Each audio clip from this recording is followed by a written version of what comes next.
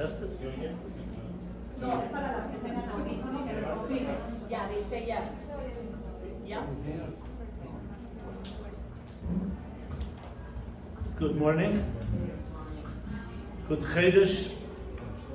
Chodesh Tov, Chodesh Elul. I'll be speaking in English. I wish I could speak Spanish, but not yet. And my dear friend, Rabbi Mendoza will be translating. You can hear the translation? Okay. I want to make sure, because once I went speaking, it was in actually in Russia, and the translation didn't work for 15 minutes, so until we got it correct. It's a great honor to be here, speak to you. Above all, because you are the leaders of the world. You know, by the Jewish people, we recognize that the leaders are not political leaders, business leaders, academic leaders. It is the women that are the Akeret Habayit, the foundations of the home, which is really the foundation of all life, foundation of the family, foundation of the future.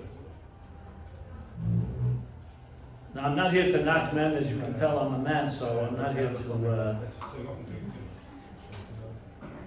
But the most powerful people in my life have been the women in my life. So I want to acknowledge my wife, Shandy.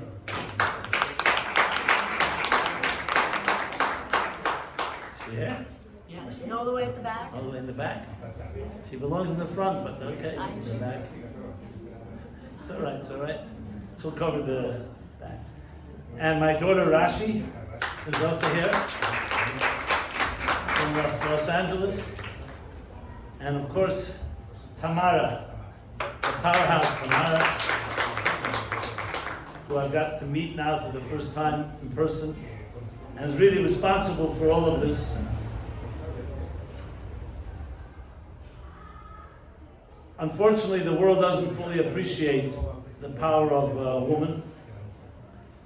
But as I said, the Jews have always appreciated it. In every momentous event in history, it was the Jewish women. The Schut Nashim Tzidchaniyat, Niglu Avasenim Mitzrayim. The merit of the Jewish women, we were redeemed from Egypt. And the same thing, the story of Hanukkah, the story of Purim, throughout our history. So I'm a little intimidated when I speak for women because of that reason. But I'm not here to share my own words. I'm here to share words that come from a greater place. And hopefully we can all go away with something that is transformative. You know, we all learn about the Dvarim B'Telim, means wasted words, to talk and talk. There's a lot of talk today. But the most important thing is that talk has to lead to action. And that's really the underlying point, that everything we speak about should inspire us, both personally and collectively, in a way that we can influence our families, our communities, our friends, and even strangers. So being that it's for Chodesh Elul, I think it's most appropriate to start with that. I grew up in New York. You've heard of this little city in the United States, has a few Jews, around 2 million Jews. You know it, right? And I'm sure some others. I grew up in a, what we call a Shomer Torah Mitzvah home, in a Chabad home. My parents were Russian born. They came from Russia after World War II, and they met in the United States, and I'm the oldest of 5 children. I'm not coming to give you my biography, but I want to make a point. So I grew up in the yeshiva system. I don't know all your backgrounds. I'm assuming some of you grew up in such homes, and maybe some not. So you would think that growing up in a home where, for us, Shabbat, Kashrut, Torah, Mitzvot in general, Elul, Rosh Hashanah, Yom Kippur, Sukkot, Simchas Torah, were all ingrained in us from my youngest age. Even before my memories, I remember going to shul, of course, with my father, and our home filled and saturated with warmth of Yiddishkeit. And I only have positive things to say. I'm not one of those, just full disclosure, that was traumatized or hurt in any way by my religious upbringing. I'm just saying it because there are some people that talk about that. So I don't have any grievances, but I will say this. As a young child and going through yeshiva, and then going later into yeshiva gdela, high school, and so on, though, again, Judaism for me was always a beautiful thing. I remember my grandparents, I remember the Siddurim, Rosh Hashanah, Yom Kippur, but I have to say, I hope it doesn't offend anyone, I wasn't deeply inspired. I did it. I followed along because I had no reason not to. And again, it was always warm experiences. But I remember as a teenager when I began to ask questions, I realized that though many of my teachers were very fine people, but many of them didn't like questions. They didn't like to be challenged. So if, let's say, a question was asked like this, why is Rosh Hashanah so important in your life? You know, let's say you don't celebrate Rosh Hashanah, and I didn't mean to be chutzpahdik. I just wanted to have a personal answer. So I remember one teacher told me, one of my rabbis told me, that's chutzpah, that's prikat all. If you know that expression, it means you're like in Yiddish there's a word called widerspänniger. It means you're like rebellious. And I remember him saying to me, you can't ask such questions. Now that didn't really impress me, to be honest. Though I didn't say anything to him. I didn't want to show more chutzpah, you know. But it didn't impress me because I felt maybe he doesn't have an answer. Maybe he doesn't like this question. It's threatening. I wasn't meaning to be rebellious. I was just really trying to be inspired. And time and again, I experienced Yiddishkeit this way. I hope it doesn't surprise anyone, but I speak about it openly because it actually was a blessing in my life. My natural skepticism and my natural questioning actually led me to dig deeper. And without going into a long story and all my confessions of all my transgressions, I will say that I went on a search and I finally did find, because it was very clear to me that Judaism and Torah have been around for thousands of years, and the Jewish people are smart people. So I couldn't imagine that smart people for thousands of years were just doing something robotically and mechanically without any thinking and feeling. Even though I did see a lot of mechanical Jews around me, what is called in Torah mitzvot anoshim l'moda, which is a pasuk in Yeshaya where Hashem says, I abhor, I resent anyone that does mitzvahs like a robot, like a mechanical, because Hashem wants, it's like your husband telling you, I love you, and they don't even know what they said. They just said it mechanically just to make you feel good. So maybe it's better than nothing, but it's definitely not with the heart and passion that you want. And Hashem does not want that. So for me, I needed to find, and I did. By looking and digging deeper, I realized that the Torah has many dimensions to it. There's the mechanical side. So Rosh Hashanah comes, we all know you blow shofar. But how many people know why we blow shofar? Why shofar? Why not a trumpet? Why not a different instrument? So many of us say, okay, that's what's called a gzerat hakosov. God said so. And the Rambam does say that. It's a decree. God chose that. Was that where we stopped? So in other words, we are doing it blindly out of faith, which is beautiful, but how much can that infuse you with passion and warmth and what we call pnimiyut, internalness, internal and introspection and so on. So by discovering, and with time, it was a longer journey for me, I discovered what we call the neshama of Torah. So the Zohar says, Rabbi Shimon Bar Yochai says, that the Torah has two parts to it. There's the body of Torah, good Gufa Daraisa and the Shmosa Daraisa, the soul of Torah. Just like everything in life. We have a body, we all know what our body is. And then there's a neshama. What's a body without a neshama? Unfortunately, Chmon al-Islam, it's a corpse. And there's an expression like that. The Shalosh writes that if someone prays without kavanah, without intention, it's like a guf, b'lei neshama. It's like a bird without wings. It's not going to fly anywhere. So we need to have the neshama. But a neshama without a guf is not grounded and is not concrete. So you can't just be a soul either. You have to have both. So when you come to realize that every mitzvah and every part of Torah has both parts, that's when it comes alive. You all know the expression. Every evening we say it in the davening. Say Torah. Chayenu v'orach yameinu. It's our life and our sustenance. That means like oxygen, like water. Rabbi Akiva said to the Roman philosopher who asked him, why do Jews always have to learn Torah? You can't go 3 days without reading the Torah in public. You read on Shabbat, Monday and Thursday. Rabbi Akiva answered, because it's like water. A human being can't exist without water. Can't go for 3 days without drinking. The truth is you need to drink a lot more than once in 3 days, especially in Mexico City. And but like oxygen. And many people will say to you, if someone asks you, why is the Torah like oxygen? I can live my life. Look how many Jews out there, Chmon al-Islam, don't know anything about Torah, and they seem to be existing and successful even. And the answer is you have to understand again the neshama of Torah. So there's the mechanics and there's the soul. So I want to talk a little about the neshama of Elul and of Tishrei, these 2 months, which what I captured in the book, 60 days, the 60 days of Elul and Tishrei.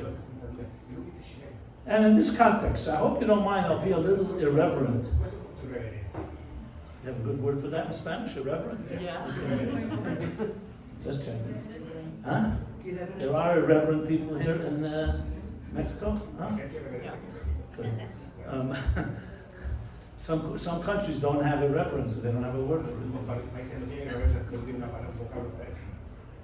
And when I say irreverent, I don't mean in a way that is offensive. I mean it's more of challenging ourselves, because that's the only way you grow. And you know, we have many challenges today. As mothers, as family people, you all know you have siblings, you have family, you have children. And we know it's a world that has a lot of challenges. Many of our children are going to be, maybe when they're very young, they don't have that many challenges. But then they get a little older, and there's this, right? You all know what this is, right? And the options start opening up. You know, and when I see, I was just a little while ago, I was in a home somewhere, and I see one of the boys, he's sitting, he's completely addicted to video games. And he plays the gaming, I don't even know what it is, but I picked up that you're on the phone with other friends, they're all gaming from all over the world. And the passion and excitement. So I asked him, how many hours does he do this? He says, as much as I can. You know, that every free moment. And he was a boy that could go to yeshiva. And I was thinking to myself, I said, does he have the same passion in the month of Elul, preparing for Rosh Hashanah? I think you all know what the answer is. And it's not a critique. Not a critique. I understand children are children, adults are adults. Entertainment is always easier than something more serious. But if we're unable to compete, what do you think is going to happen? So many of our children, I'm sure Hashem will bless you all to have nachas and all your children. They grow up to be Shem Torah, Mitzvot, Yirah Shamayim, and love and fear and reverence of Hashem, and everything makes a good Jew. But there are going to be challenges. And there are going to be children that have more questions. Not all children are the same. Not everyone's a goody-goody that just follows the rules. You know? Some will be rebellious. And it's all part of the beauty of life. And you want to be armed and not wait until you're 21-year-old and says to you, and I don't mean anyone here, God forbid, says to you, why do I have to marry a Jew? Or why do I have to go to Yom Kippur? I'm going with my friends to play football or whatever, what's the word, soccer, what's the game here? whatever it is. football. Yeah, it's also called football, I think. Right? Yeah. You use a foot, yeah. Animal. Right. You don't want to wait till then and start saying, 1 second, and start crying and saying, what did I do wrong? And I'm not saying this, God forbid, in a threatening way, I'm just saying it's a reality. I can't tell you how many parents I've heard from who told me, what should I do? I have a 17-year-old boy, a 50-year-old girl, they don't want to come to the Shabbos table. I say, why don't they want to come? They say they're bored. Same Shabbos table every week. Same food, not exactly the same food, same recipe. Same place everyone falls asleep. Same songs. It's boring. Why would young people want to go to a boring table? There's nothing they had against Shabbos. And I said, what's your answer? How could it be Shabbos is the most holiest day of the year, Shabbat Kodesh? And we always grew up with it. We always brought beautiful things to the Shabbos table. I can't believe my children don't want to come to the table. Now, I didn't want to be critical, but I said to the mother who asked me this, I said, now they're 15, 17, when they'll be 18, 19, they may not even come home. She said, God forbid, what can I do? I said, you better make your Shabbos table exciting. That's what you have to do. So how do you make it exciting? So I said, what does your husband do for a living? He works, he was in Manhattan, he's in computers.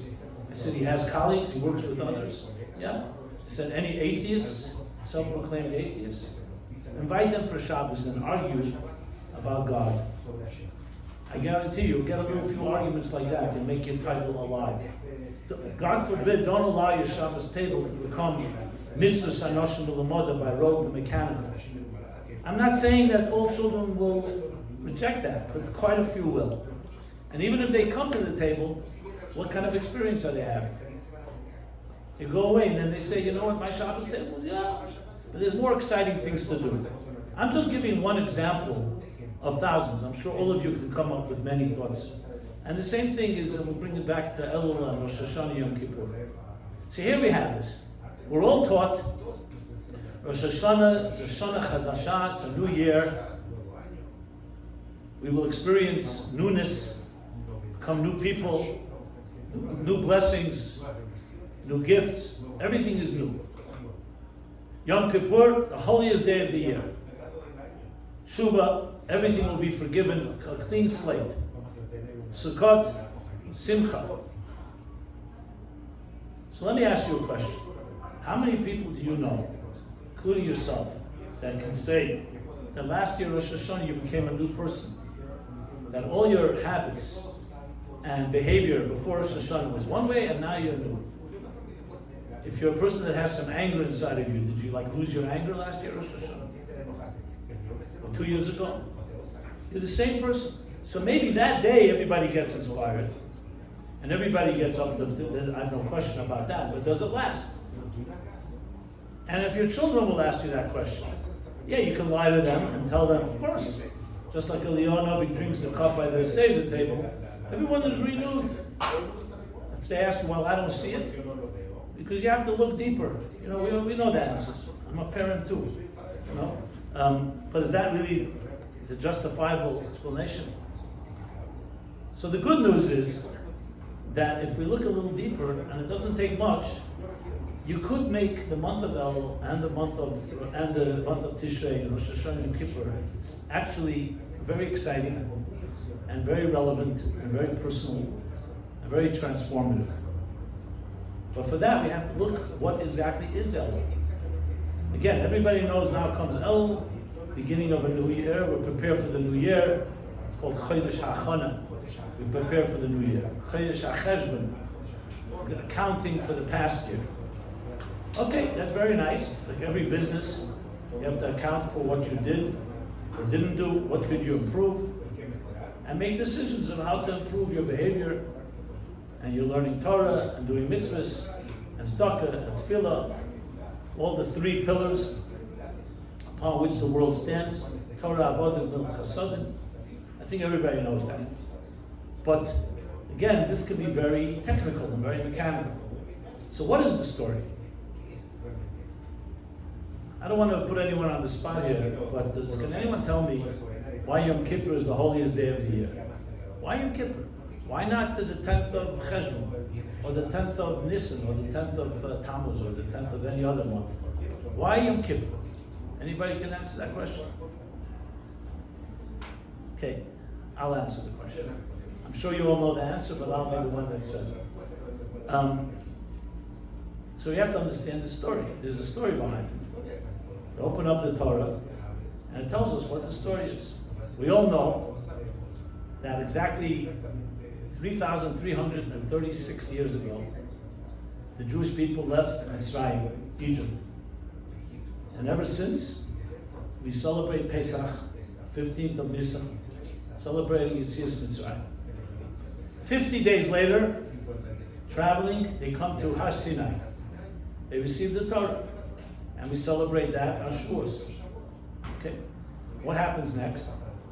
Moshe Rabbeinu goes up on the mountain for 40 days and 40 nights, and he receives the whole Torah and the Luchat, the two tablets, Aseres HaDibros, the 10 Commandments.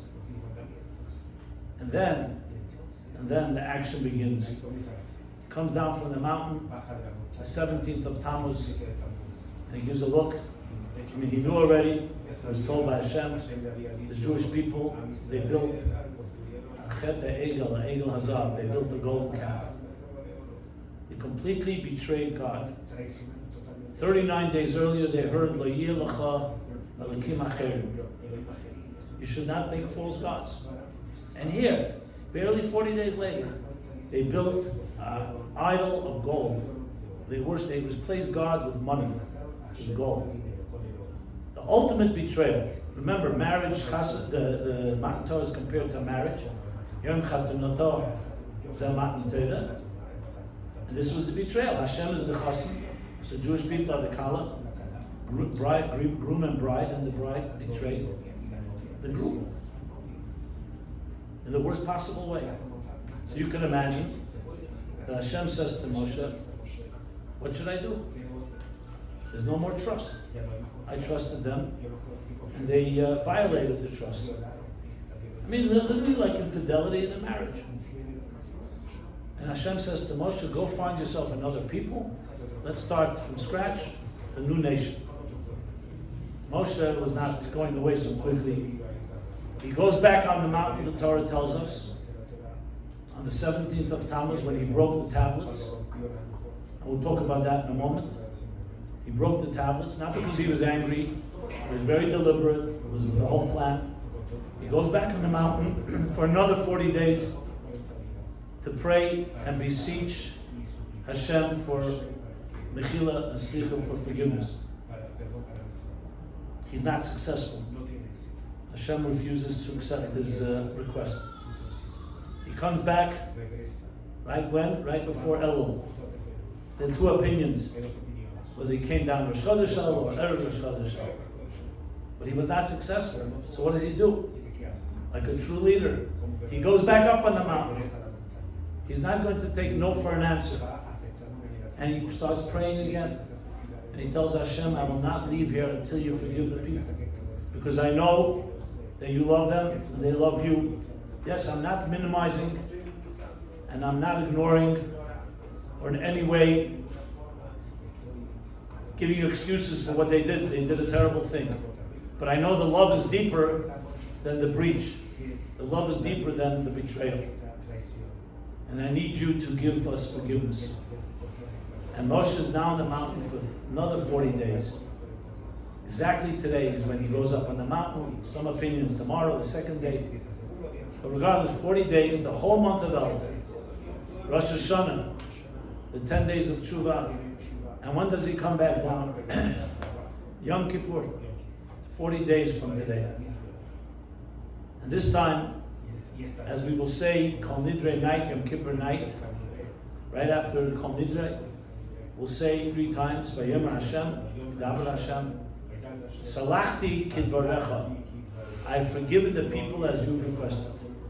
So Moshe prevails over God. Only time in history, a man would not take no for an answer, and he won. And that's why Yom Kippur is the holiest day of the year. You know why? Because Shavuos, we received the Torah, the law. That took 40 days. but it took 80 days to gain forgiveness. Yom Kippur is the birthday of hope. Yom Kippur is the birthday of repair, that you can reconcile. There's no person on earth that says, Ain't tzaddik ba'aretz asher yaseh tov v'lo yachta. Even the greatest tzaddik has some flaw. May not be a sin, but something that's lacking, as long as we're in Golus. So there's no person without a flaw. Everybody has a mistake they made. That's human. The question is, can we repair? Or once you make a mistake, too bad.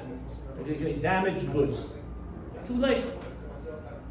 What Moshe proved was that, no, Yom Kippur gives us an opportunity, and no matter what happened in your life, even the worst betrayals, the worst traumas, the worst pain, the worst experiences and losses in life, you can always mend and repair and become even stronger than you were before. Is that not worth honoring? I've shared this thought with many people over the years. I spoke once at a conference of psychiatrists and psychologists in the United States. Secular, many Jews. Some reason Jews go into therapy a lot, on both ends. And I said to them, you know, the secret to all this, the secret formula to all healing and to all growth and recovery is one thing: giving a person the ability and the hope that they can repair something that was broken. If you don't have that confidence, then you'll always remain, in a sense, resigned, fatalistic, because you can't repair. So I said to all those psychiatrists, I said, you have Moshe Rabbeinu to thank, because Moshe gave us that gift thousands of years ago, that your neshama is more powerful, your pure divine neshama, soul, Tzelem Elokim, is more powerful than all the mistakes you'll ever make. You have to work on accessing it, but it's always there. So when you think of it that way, Yom Kippur is literally a day of transformation. It's a day that gives us the power to look back at anything that happened. You can't change the past, you can't change the circumstances, but you can learn how to grow from it. A good way to put it is the Jewish people are like this in general. We compare the Jews sometimes to a tea bag. You don't know how strong they are until you put them into hot water. If you really want to know how powerful a person is, you have to see not when they're behaving well. What happens when they made a mistake? Do they go into denial? Do they find excuses? Do they point fingers at others, someone else's fault? Or are they accountable? And say, yes, I made a mistake. I will apologize. I will do whatever I need to do to repair. Remember, in relationships, and I bring it now back to human relationships. You're all experiencing beautiful shalom bayis in your homes. But you know, part of shalom bayis is sometimes you have some storms at sea, as they call it. And that's when you really see what people are made of. That's what you see. That's when you see it. And the key thing that you need to remember is that's not about the mistakes people make. It's what they do afterwards. Trust is not built on perfection.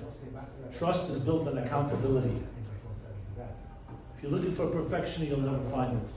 You'll always be disappointed. No one's going to be perfect.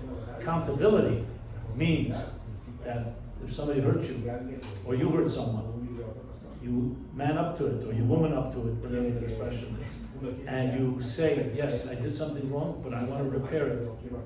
That's how you build trust, because you know, yes, that person may have made a mistake, but I know they will be accountable. That is the essence of the Shema, one of the Shema of the month of Elul. That's when Moshe Rabbeinu goes up on the mountain, and that's when we go up on the mountain. So if you look at it today, it's not just another day in the year. Yes, Rosh Chodesh has its customs, especially women have certain customs on Rosh Chodesh and so on. It's much more than that. It's a journey, a real journey that begins with climbing the mountain.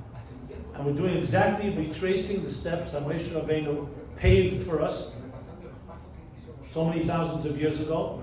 Each of us is beginning a journey. It's your journey between you and Hashem, between you and your neshama, between you and your loved ones, between you and your children, and also what you teach to your children, what you teach to your loved ones. That we have the opportunity now this powerful month called Chodesh HaRachamim, a month of compassion, because that's the month where Hashem reveals the Yud Gimel Midot HaRachamim. When Moshe kept on banging on the door and asking for Hashem for forgiveness, Hashem finally said, and relented, he said, I will reveal to you my secret, the 13 attributes of divine compassion, which we will say in Slichot, we'll say it Yom Kippur many times, we say it every day, and many different times in our prayers. It's basically invoking 13 secrets that Hashem gave Moshe Rabbeinu. Here is when you will be in a time of need, say these Yud Gimel Midas Arachim, and I will open the doors in heaven for you. So when you think of it that way, then it's not just another day in the year, it's not just another month, it's actually a real journey. So I don't see any reason for all of us, each one of us in our own way, to tell this to our families, to our children, to our friends, and say, let's travel this journey together. I can assure you, you dig in the journey properly right now, Rosh Hashanah will be a lot more meaningful in Yom Kippur too. Like everything in life. You know, if you had an appointment for an important job, or another position that you want to gain, you don't just walk in there, you prepare. People will do months and months of homework and research before they make a presentation. So we're told the month of El, this is your time for your preparation. Give you 30 days till Rosh Hashanah, 40 days till Yom Kippur. Make your preparations. The more excitement, the more passion, the more devotion that you invest now, the more the better the results will be. Now, of course, it's true that Hashem is a kind God. So even if we don't do anything, hopefully Hashem will bless us Rosh Hashanah for sure and Yom Kippur. But obviously, the more keli, the more container, the more vessel you make. Say, Baruch Hashem Elokecha b'chol asher taseh. That blessings come when you have something to contain them. You ask for God for a blessing. Maybe God's answering you, but you forgot to bring a basket. You forgot to you have holes in your pockets. You need to make a keli. You need to be a receptacle that receives these blessings. So this is what this month is about. And it does come down to simply recognizing that we have a relationship with Hashem. One of the acronyms, Rosh Tevot, of the month of Elul, is Aleph Lamed Vav Lamed. Ani L'Dodi, L'Dodi Li. I'm to my beloved is to me. That's a relationship. Now remember, the Jewish people, they breached this relationship. They violated it by building a golden calf. But comes Elul, and they repair. Ani L'Dodi. I reach to my beloved. We initiate, and V'dodi Li, my beloved will respond. The essence of every relationship. You don't wait for the other, you initiate, you generate. You're proactive, not reactive.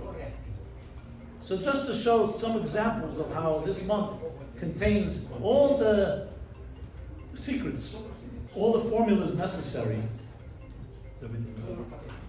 All the secrets and all the formulas necessary to build our own relationships. So it's not just between Ben Adam, between us and God, it's also between us and each other. Obviously, I can go on and elaborate. There's so much to be said about Elul, about Rosh Hashanah, about Yom Kippur. I just wanted to give a few strong examples. I want to bring in one more important thing, which maybe drives this to another level altogether. Something we cannot ignore. And more importantly, maybe I should even begin to talk about this, but I'll say it now. Our brothers and sisters in Eretz Yisrael are Eis Tzara right now. They're under threat. Thank God we have a strong army. Thank God we have a strong nation. But we're being threatened by our enemies. Iran, its proxies, the Houthis from Yemen, Hezbollah in Lebanon, Hamas, Yimach Shimon v'Zikram, all of them from the south, Gaza. We all know that a war is fought by Jews always on two levels. Physical war, do everything possible to eliminate the enemy and the threat, especially when we see what they are capable and what they have done. And I don't have to remind everyone, just a few days ago, the 6 hostages that were killed and murdered in cold blood. and there's still hostages being held, and the threats are still there. So though we're thousands of miles away from there, we say kilometers here, regardless, we are one nation, and we can't feel ourselves separate. So as they fight the battles there, we have to fight the battles here. So this month of Elul, and this Tishrei, is unique. It's never been this way. We never had a situation like this. Remember, the enemies chose what day did they choose to attack, and killed, massacred, atrocity, brutality, worse than savages. What the world calls October 7th, for us was Shmini Atzeret and Simchas Torah. In Israel, those two come together. I don't think anyone will ever forget where you were that morning, Shabbat morning, Shmini Atzeret morning. The Shabbat, some of us were already in Shul, started hearing the news, terrible news, first 100 people, 200 people, and it got worse and worse before. I was in Los Angeles, and we didn't, the Yom Kippur didn't end, the holiday didn't end until after Sunday night. And then of course when we heard it, everybody was shocked. So we're coming now close to the first anniversary, I don't want to even call it that, of October 7th, of Simchat Torah. So how do we look at this in the context? Well, let's go back to the message of Elul. Moshe Rabbeinu broke the tablets after he saw what happened. So you'd think the breaking of the tablets is a terrible thing. It is. But the breaking of the tablets led to something even bigger. Because he got the second tablets. The message being, going back to the Yom Kippur message, you know why we dance in Torah? Because in Yom Kippur we gain forgiveness. We proved something that was not there by Shavuot. When we received the first tablets, everything was beautiful. But after things got broken, questions, can you repair after that? So Yom Kippur teaches us absolutely, and Simchas Torah, we dance in an unlimited way. Basically the dance of the indestructibility of Am Yisrael Chai, that nothing can break us. So though 1,200 people were massacred, and 6 million were taken from us in the worst possible way 80 years ago during the Holocaust, but we are still standing. So we don't minimize the pain and the loss, but we know that all our persecutors are all gone. There are no grandchildren of the old ancient Egyptians, or the ancient Babylonians, or Persians, or Syrians, or Greeks, or Romans, or Byzantines, or Ottomans, but we are here. So number one is, we know that no matter how terrible it was, there's something stronger inside than the Shalom that can't be broken. And number two, we have to do something about it. So that means that this month of Elul requires that we have a wake-up call, even more than every year. In addition to everything I said before, now we have to increase in our Torah mitzvot, because that's our spiritual weapons. So in addition and simultaneous together with the physical war, is the spiritual part, and that's in our hands. People talk about how terrible it was during World War II. What did the American Jews do when the Jews were being massacred in Europe? We have to ask ourselves that one day will come and we'll look back at this time and people will say, your children will ask you, your grandchildren will ask you, so what did you do when the Jews were attacked in Israel?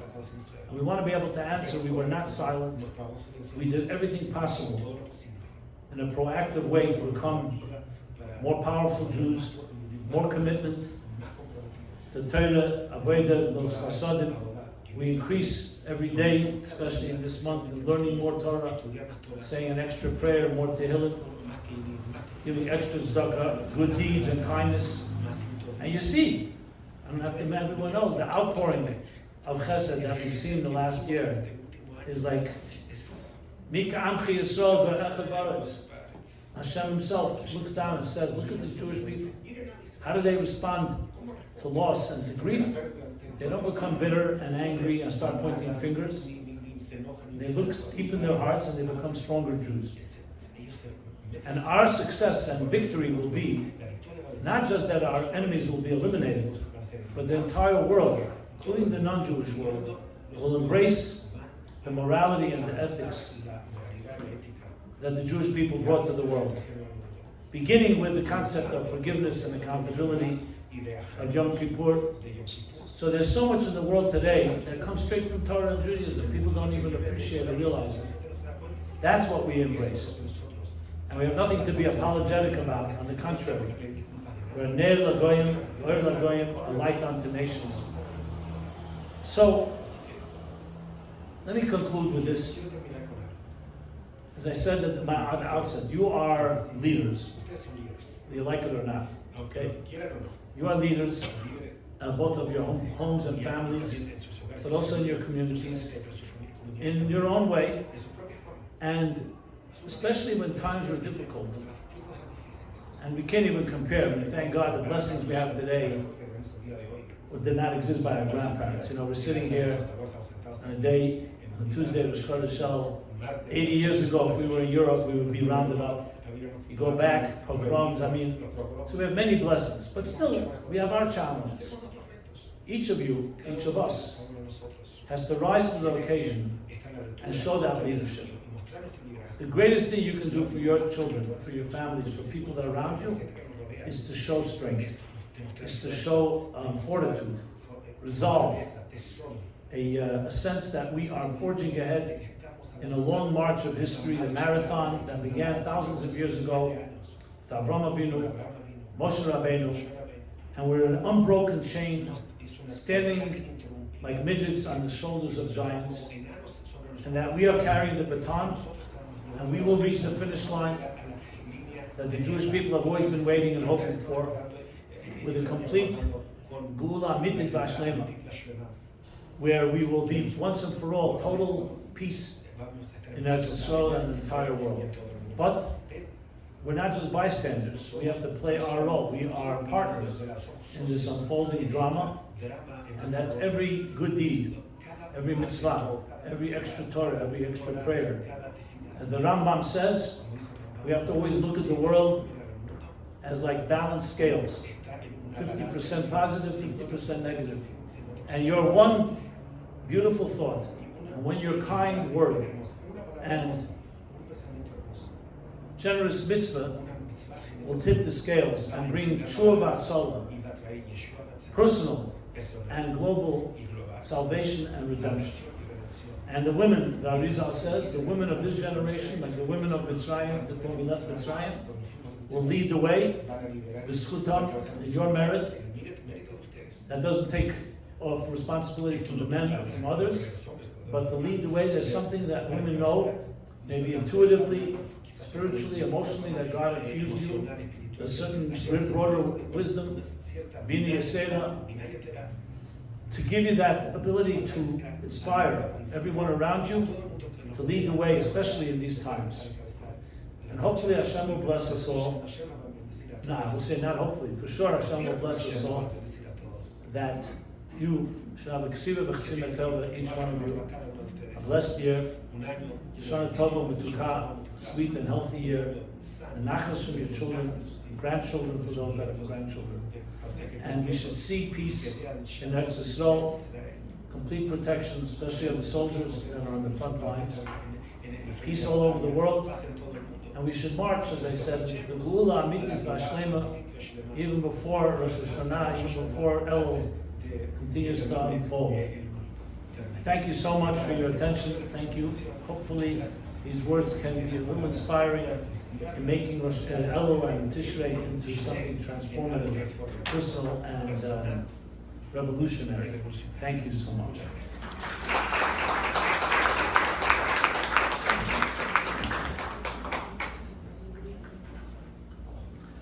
I'll be happy to sign books. I'll be happy to